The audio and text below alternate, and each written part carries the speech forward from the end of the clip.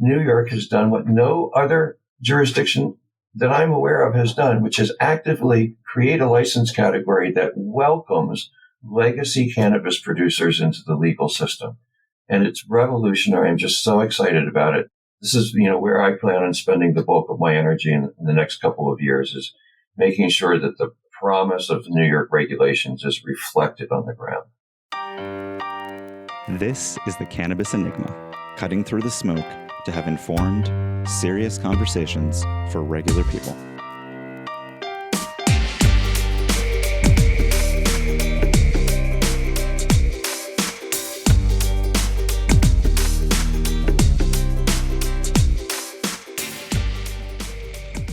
Hey, I'm Alana Goldberg.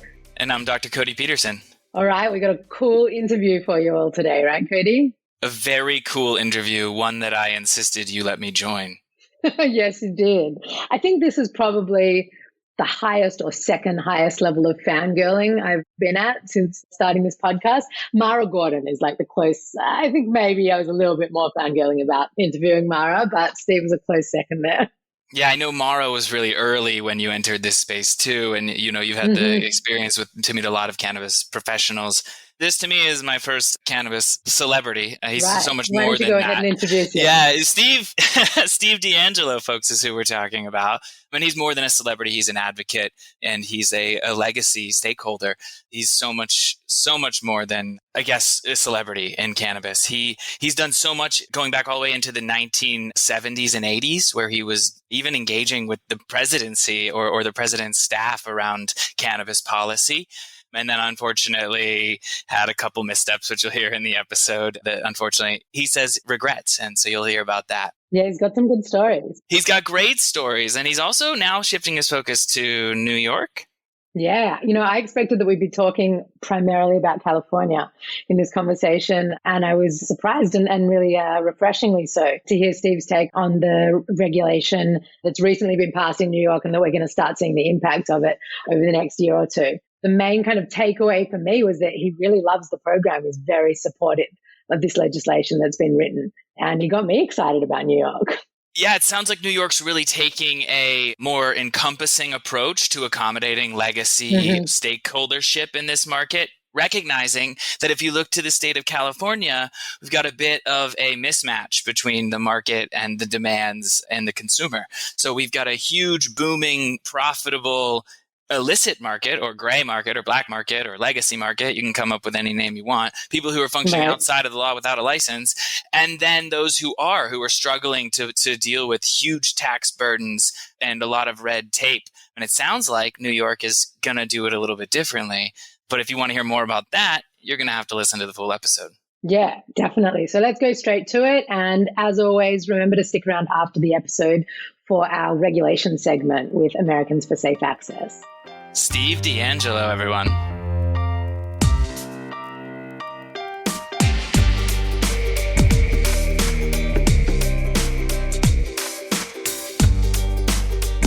All right, so I am here today joined by my co-host, Dr. Cody Peterson, and our guest for today's interview, Steve DeAngelo. Great to be here with both of you. Can't tell you how excited I am to be here today talking to Steve DeAngelo. A year ago, if you would have told me I'd be interviewing you, Steve, I wouldn't believe you. So really excited to have you on the podcast. Well, it's wonderful to be here with you today. Thanks for having me. Yeah, sure. So Cody and I were fighting. We were just telling Steve beforehand over who would run this interview. So we decided we would just do it all together. So we're going to kind of both shoot some questions at you and we'll take it from there. So I'll start if it's okay with you, Cody. Please. All right. Steve, you've been dubbed the father of the legal cannabis industry. For our, one or two listeners who don't actually know who you are and your story, can you kind of just start us off telling us like how that came to be? I guess the question here is, what's your cannabis story? Well, sure. Very briefly, I grew up on the East Coast of the United States, mostly in and around the Washington, D.C. area. I fell in love with the cannabis plant as a young teenager. And at that time, the early 1970s in Washington, D.C., it was the height of the anti-war movement, the Vietnam War in that case. My parents had been civil rights activists in the civil rights struggle, which was still kind of active then. it came very naturally to me that if I thought that something was wrong, that I would stand up and fight to change it, to change unjust laws. So as I fell in love with the cannabis plant, it became very natural to me to become a cannabis activist. I knew that the plant would be in my life forever. And I also knew that I wasn't willing to live my life as a hunted criminal forever.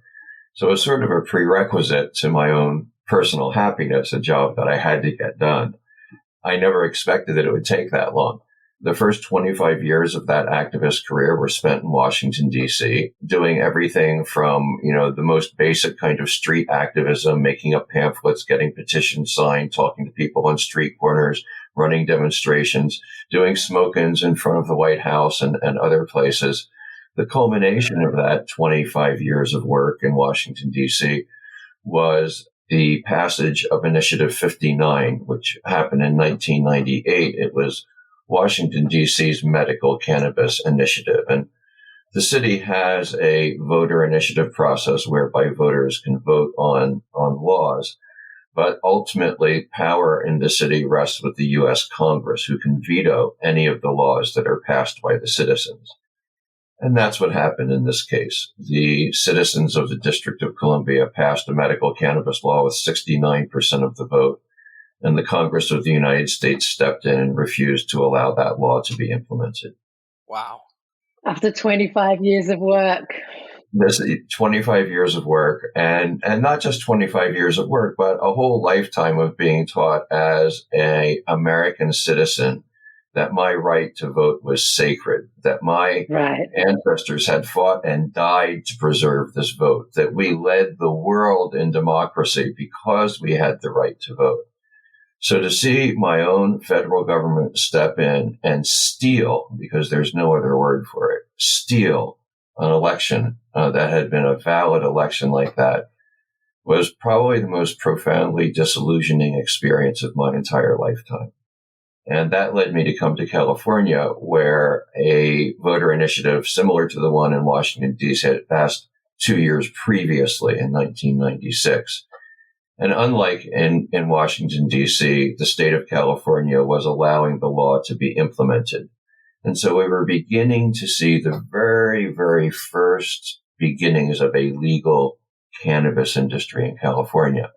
And that's when I sort of fortuitously landed in the state, mainly out of disgust for Washington, D.C. But it was a very fertile environment to land in here. I had the 25 years that I've been doing activism in Washington, D.C. had been financed by a variety of different entrepreneurial activities that I'd undertaken, some of them legal, but many of them underground. So, during those years, I was one of Washington, D.C.'s largest distributors of underground cannabis, bringing it in literally by the tractor trailer truckload.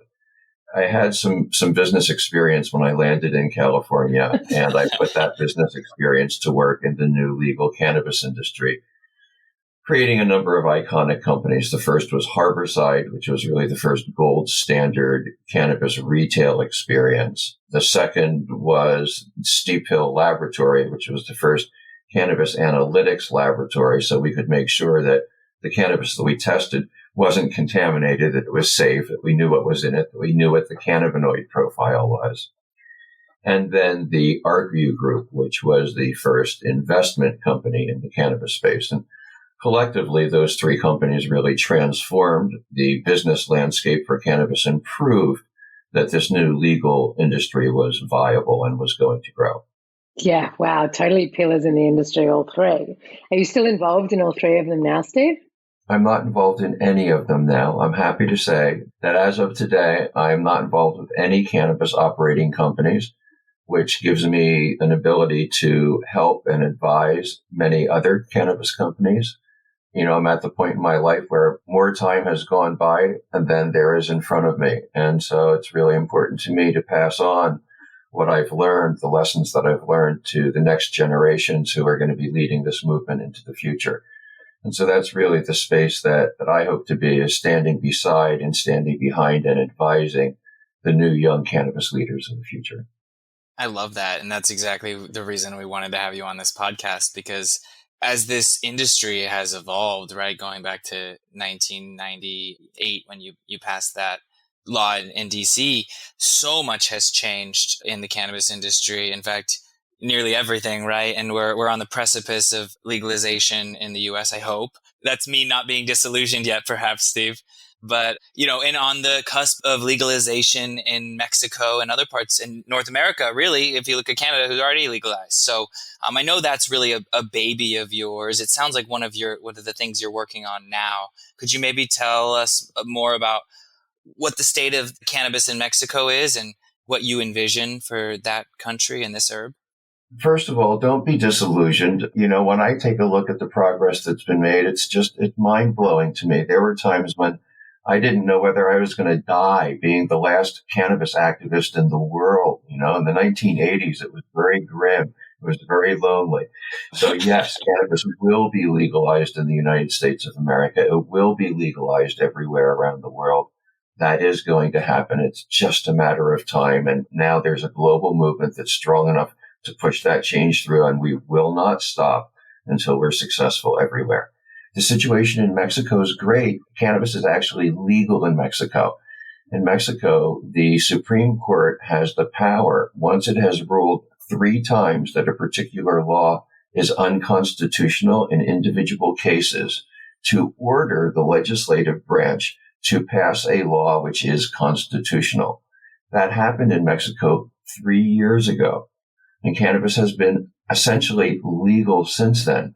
There is not a legal regulated industry in place yet because the Congress and the Senate of Mexico are still arguing about what that industry should look like, how that pie should be divided, how it should be regulated. But that process is moving forward. We're beginning to see the first legal businesses in Mexico be established through a variety of legislative workarounds and legal workarounds. And the general consensus is that sometime in the next year, we're going to see the release of regulations that will lead to licensed cannabis businesses. So between Mexico and Canada, the United States is surrounded. Yep. Legalization sandwich. We are going to have to, join the bread here and just legalize it. So that's awesome. I didn't realize that it was legalized through that sort of catch-22, the 3 legislative moves in Mexico. Super, super interesting. Thanks for sharing.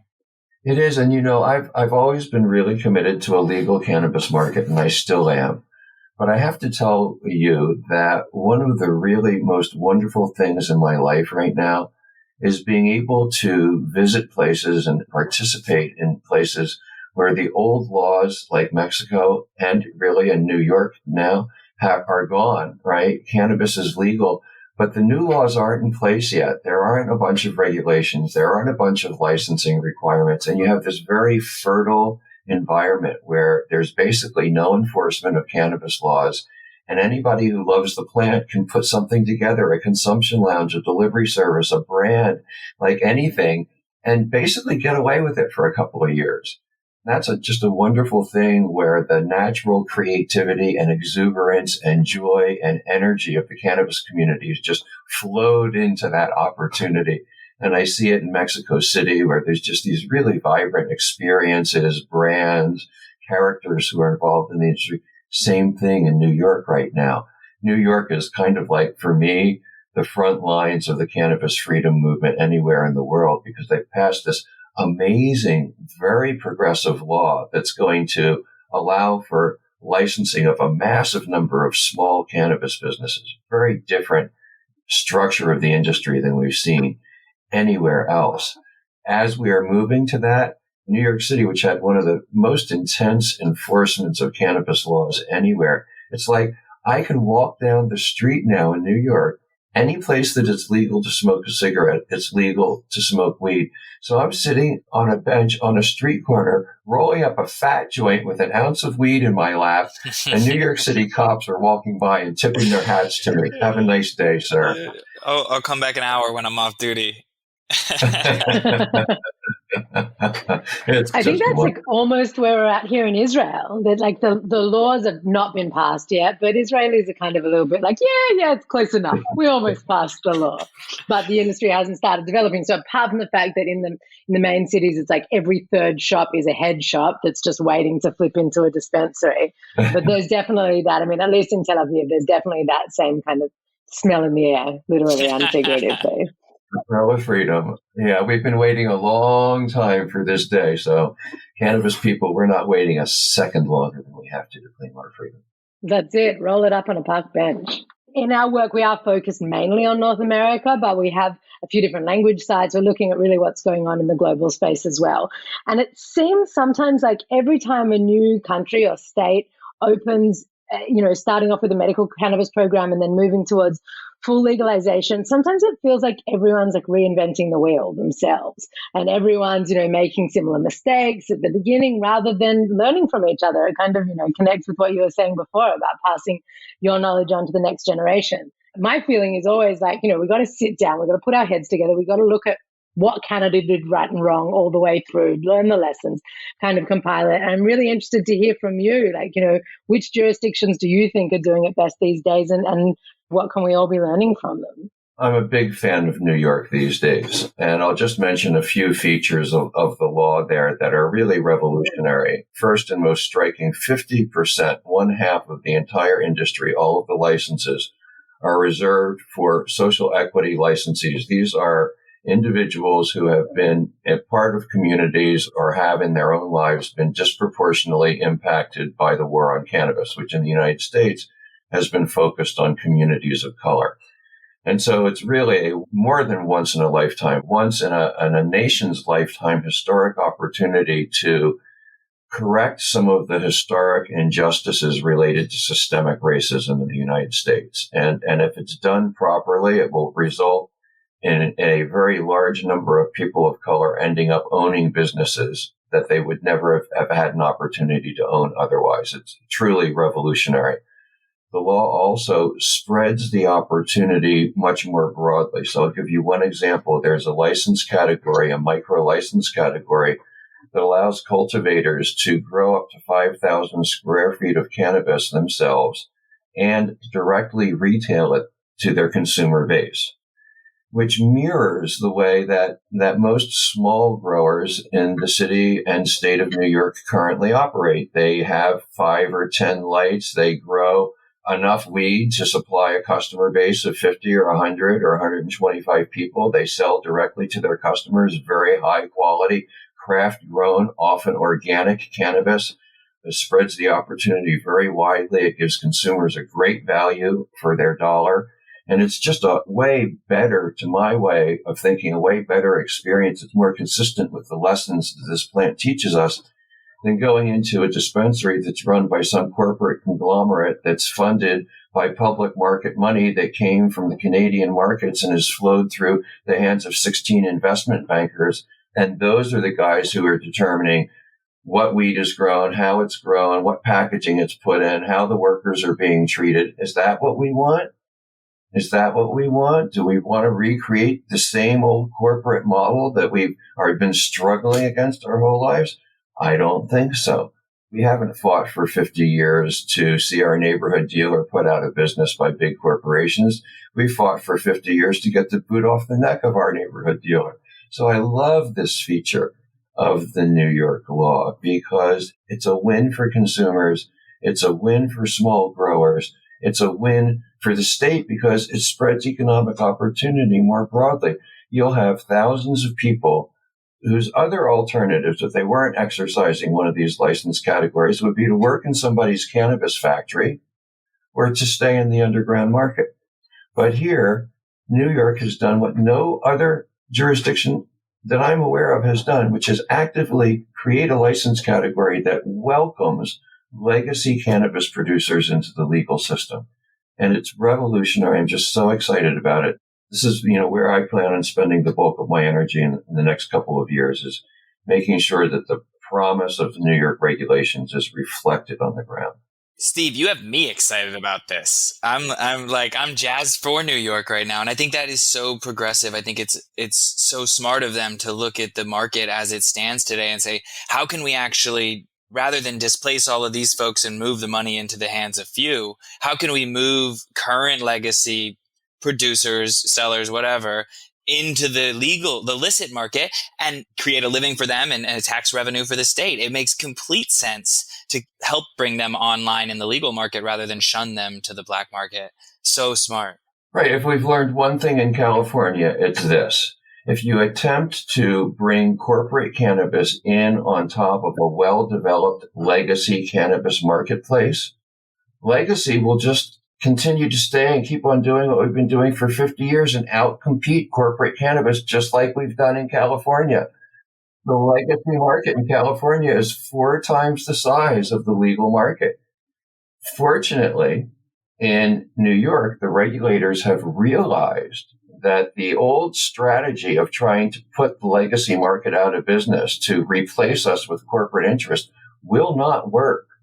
And so regulators, I mean, my jaw hit the ground when I started talking to regulators in New York, and I started using words like legacy and talking about how important it was. And they started nodding their heads and agreeing with me, because that's never happened anywhere else before. It's tremendously exciting. Now, we also have to counterbalance that with the situation in California, where over-regulation and over-taxation has resulted in the legacy community being completely, almost entirely excluded from the legal marketplace with devastating consequences. So today you have a situation where, the only people that buy legal weed in California are tourists or people who are so stupid that they can't figure out how to buy weed at half the price from their next door neighbors on either side of them. Or grow their own. or grow their own, right? I mean, it's pretty easy. There's this very, very clear dichotomy now. If you take a look at what California did, where there was an effort to keep legacy out of the legal market, and you look at what New York is in the process of doing, which is welcoming legacy in, we're going to see 2 very different kind of paradigms for the world to follow, 2 very different kinds of examples. And hopefully one day I'll be able to bring the New York example back to my home state of California. I look forward to that day for sure. I think that the barriers to entry and the taxes are really promoting people to leave the legal market and go make a better living and not be slammed with taxes and all the craziness that happens to legacy market folks who try to come into this corporate industry and they get squashed. And it's a really good transition into my next question. And I want to kind of hybridize my interests in what we're talking about. It's actually regarding a little bit of Harborside, and really Harborside stood for medical cannabis. Cannabis was declared medicine for the first time really in 100 years or 75 years when California did it in 1996. And Harborside was a big part of, retail, but also this medical cannabis. Are we losing some medical aspects of this in the commoditization of cannabis, as you kind of mentioning this corporatization, et cetera? Or is medical cannabis as good as ever and patients are being served? A number of things are happening. First of all, medical cannabis patients are not being served, certainly not in the state of California, where the price of cannabis is so expensive in dispensaries, legal dispensaries where cannabis is laboratory tested, that medical cannabis patients were the first people to leave the legal system. They would come up to me in grocery stores, people who had been coming into Harborside for 10 years. They would come up to me literally with tears streaming down their faces and say, "Steve, I'm sorry. I had to stop coming to Harborside. You guys took such good care of me for so long, but I just couldn't afford it anymore. I just couldn't afford it." So the very people that we passed the laws to protect, to make sure that they did not get contaminated cannabis that was going to endanger them because of their compromised immune system, are now on the underground market buying untested cannabis that potentially could be life-threatening to them. So it has been a complete disaster for medical cannabis patients. And you've seen a similar trajectory in every other medical cannabis to adult use state. Worse than that is that now the idea that there are 2 types of cannabis, medical cannabis and recreational cannabis, cannabis that makes you better and cannabis that just gets you high has been ingrained in the public consciousness. And it's just complete garbage, okay? Anybody who really loves this plant understands that we all use it for a variety of reasons in a variety of different times, in a variety of different places. And if you think about it with a clear head, not looking at it through a prohibitionist lens, you realize that almost all of those uses are wellness uses, whether we're talking about Alzheimer's or chronic pain or insomnia, right? Whether we're talking about extending your patience, sparking your creativity, waking up your sense of play, putting you in closer touch with nature, teaching you how to resolve disputes more peacefully, helping an artist find the right color or a musician find the right note, or turning an argument into a discussion or a walk through the park into a spiritual experience. None of this is just getting high, boys and girls. It's all wellness. It's all about enhancing and deepening the most important and significant parts of our lives. So the whole idea that there's such a thing as recreational cannabis is a gross devaluing of the human relationship with this plant. The largest neurotransmitter system in our bodies, present in every single one of our organs, including our brains, is the endocannabinoid system, which produces chemicals that mimic almost precisely the chemicals that are produced by the cannabis plant. It is not recreational. It is not just about fun. It is one of the most profound relationships that exists in Mother Nature. You're spot on, and this is my favorite topic. You know, you just pushed a button that I can't not vibe back. I like the endocannabinoid system is inherently tied to nature. In fact, there's some really good papers looking back 600 million years and actually trying to correlate what this slow evolution of receptor signaling was and how important the endocannabinoid system was way before humans walked the earth, way before primates were even a thing. The little fishies that eventually crawled onto land and turned into us had an endocannabinoid system. And you know, cannabis was this pretty smart plant and learned that it could make these molecules, and humans said, hey, this plant has a lot of uses. It's food, it's fiber, it's all of these things. And a relationship was born, one that I'm thankful for to this day. So my favorite topic for sure. Yeah, and this is the relationship we're reclaiming. And if you take a look at the dispersal of cannabis from its birthplace in Central Asia all around the world, what you find is that there's an association of cannabis with human spirituality. And, you know, moving east, if you take a look at religions like Hinduism, Jainism, Sikhism, Buddhism, Taoism, all of those spiritual systems were inspired by and at one time or another incorporated cannabis into their spiritual practice. And moving west, you see the same kind of story. You see the same sort of things in the spiritual practices of people of Mesopotamia, of the Greeks, of the Egyptians. Few people know this, but ancient Greek society, which is considered the basis, the philosophical basis for quote unquote Western civilization, was a deeply psychedelic society. We now have historical archaeological evidence that the Greeks were consuming massive amounts of cannabis and other psychedelics, things that we would call basically ayahuasca today.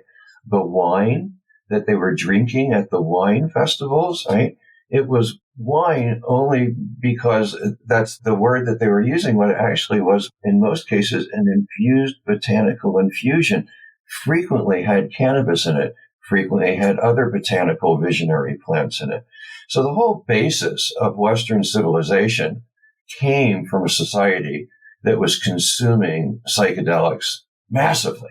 But was it medical cannabis or was it recreational? Was it recreational? Yeah. So very interesting here, without going too deep in the history, the very first free clinics that we know about in the Western world were called the Temples of Asclepius. And Asclepius was a deity, a healing deity in the Greek pantheon. And the treatment in the Temples of Asclepius, anybody could go there. It was completely free. You would go in, you would drink a potion. That potion would put you into a trance. You would stay in the trance that evening. You would talk to the temple attendants, the priests, the priestesses. They would ask you a series of questions and then recommend to you a series of holistic treatments, changes in your diet, exercise, prayers that you could say. Sound familiar? That's the model we should be basing all medical cannabis programs on, really. Well, probably medical programs in general.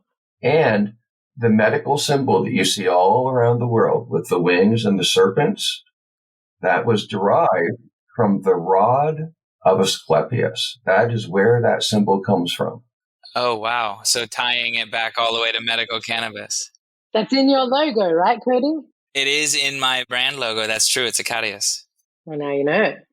That's where it comes from. That's really interesting. I can tell you're a history buff, Steve. That's great. Yeah, I'm a cannabis buff. Cannabis history. History and science and all sorts of places. All canna everything. That's awesome. Alana, you're up. I hope we can get one more question in with Steve and then be respectful of his time.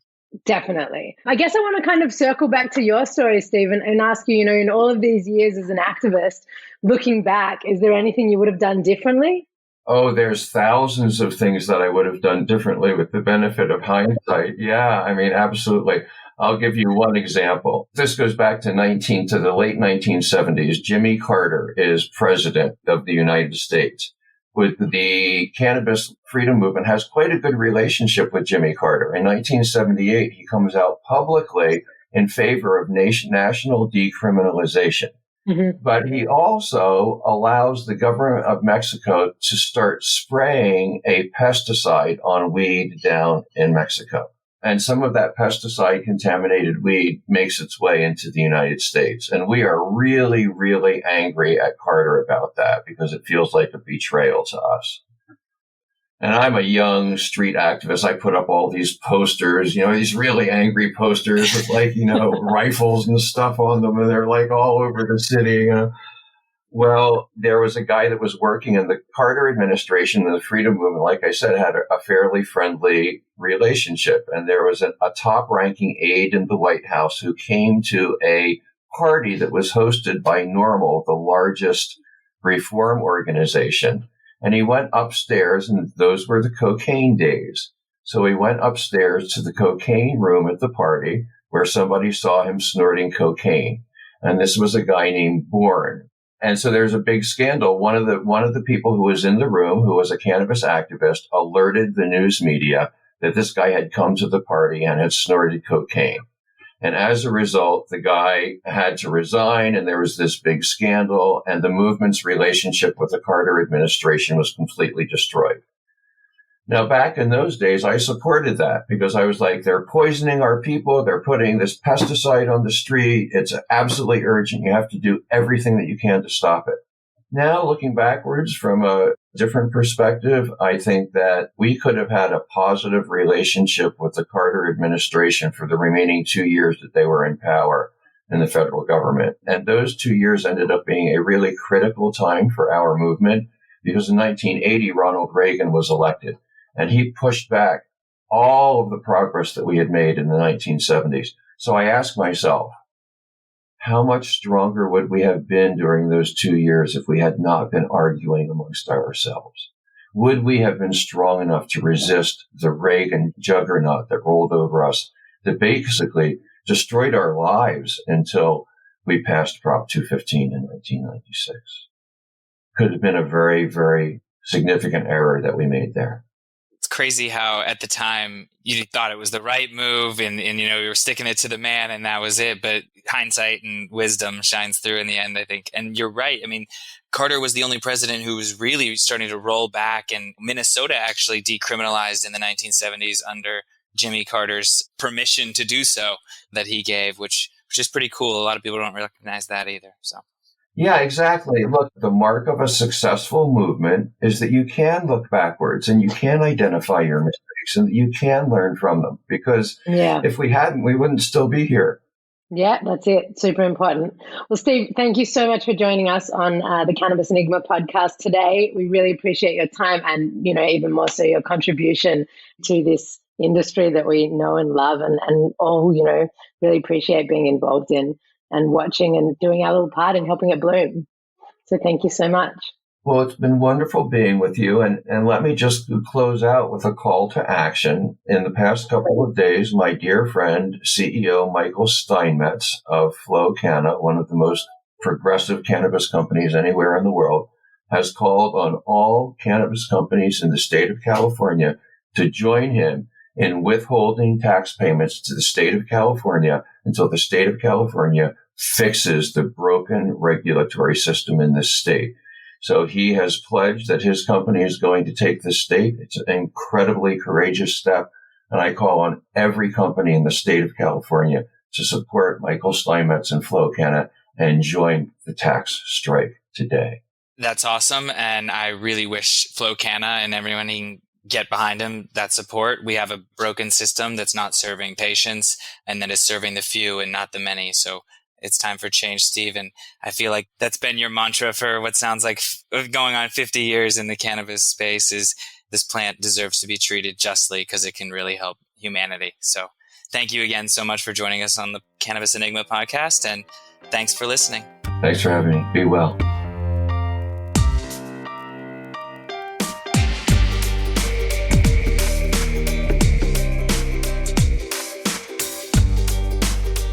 We're here with Heather Daypre from Americans for Safe Access. Thanks for joining us today.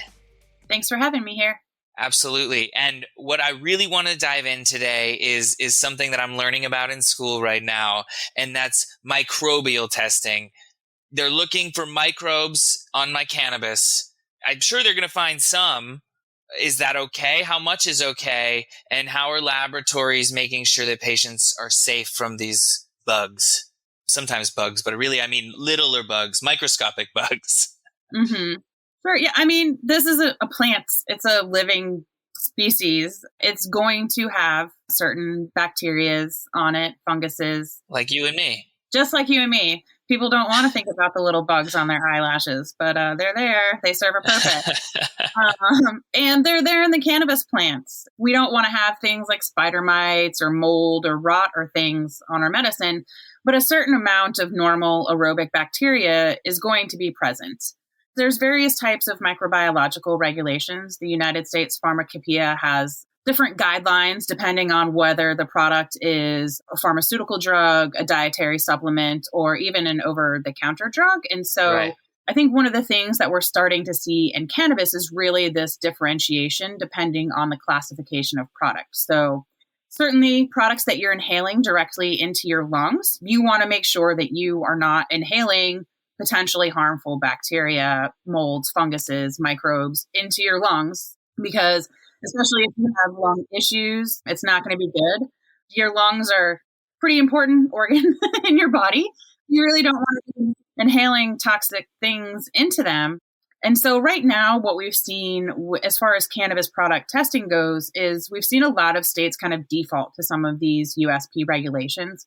And a lot of that is due to a lack of scientific research on cannabis itself. And we know that that is an ongoing issue. So that's one of the challenges that states face is how do we put a regulation in place when we don't really have the scientific information to back that up?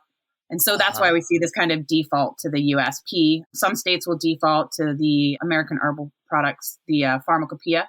The Cannabis Monograph also has some recommendations, and they differentiate it by product type, whether it's inhalable product, whether it's a transdermal product. These USP, these monographs, these are guidelines set forth by experts in the field associated with governing bodies, but not really law. These are essentially guidelines and standards. And these are things that pharmacies follow as well. In the hospital, I have to comply with good manufacturing practices, and I have to comply with USP 795 and 797 and 800, exposure to hazardous drugs, all sorts of stuff that really fits into this cannabis sphere as well. Is there such thing as like harmful inhalables, or, what are we looking for in particular? And I guess what should consumers be looking for when they're examining a certificate of analysis?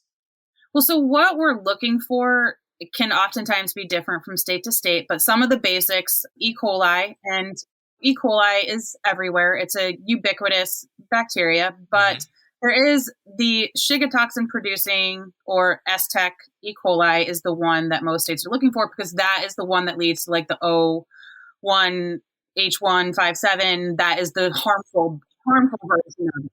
It's harmful. Yeah, there you go. It's not a nice version.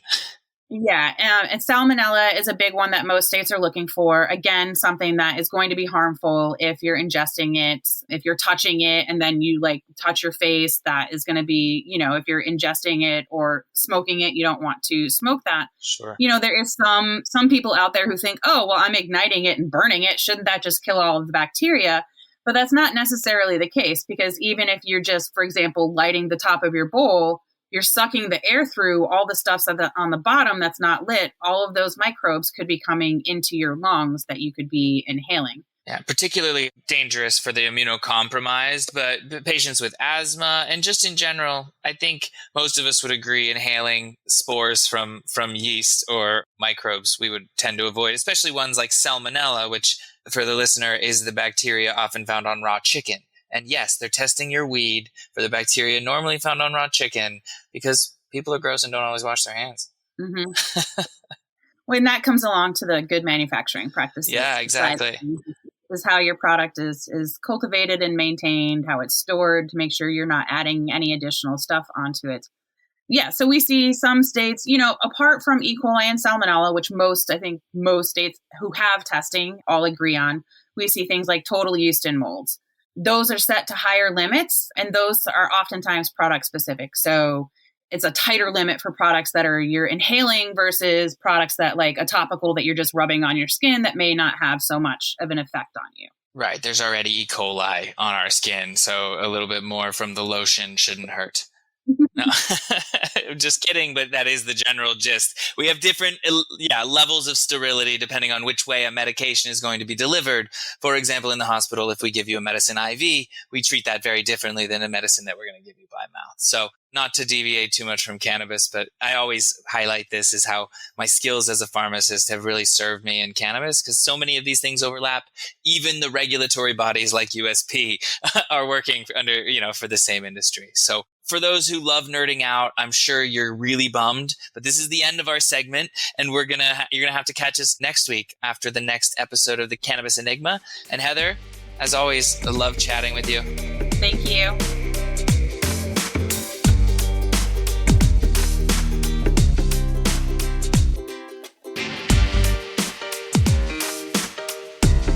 I'm Alana Goldberg. This episode of the Cannabis Enigma podcast was executive produced by myself, with production assistance from Dr. Cody Peterson and Ed Weissman, and edited by our friends at We Edit Podcasts. If you enjoyed the episode, feel free to like, rate, and share. It helps other people find the podcast, and it's really nice for us as well.